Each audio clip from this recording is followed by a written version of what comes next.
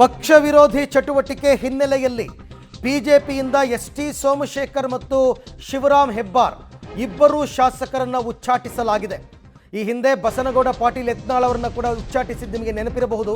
ಈಗ ಎಸ್ಟಿ ಸೋಮಶೇಖರ್ ಯಶವಂತಪುರದ ಶಾಸಕ ಮತ್ತು ಯಲ್ಲಾಪುರದ ಶಾಸಕ ಶಿವರಾಮ್ ಹೆಬ್ಬಾರ್ ಇಬ್ಬರನ್ನು ಕೂಡ ಉಚ್ಚಾಟನೆ ಮಾಡಿದೆ ಹೈಕಮಾಂಡ್.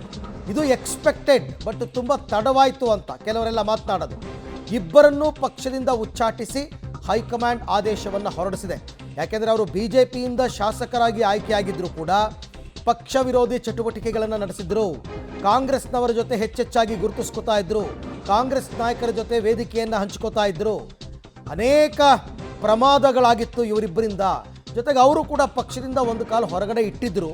ಯಾವಾಗ ಉಚ್ಚಾಟನೆ ಮಾಡ್ತಾರೆ ಮಾಡಿಕೊಳ್ಳಿ ಅಂತಂದ್ಬಿಟ್ಟು ಈಗ ಇನ್ನೂ 2.25 ವರ್ಷ ಅವರು ಶಾಸಕರಾಗಿರ್ತಾರೆ. ಶಾಸಕತ್ವಕ್ಕೆ ಏನು ತೊಂದರೆ ಆಗಲ್ಲ.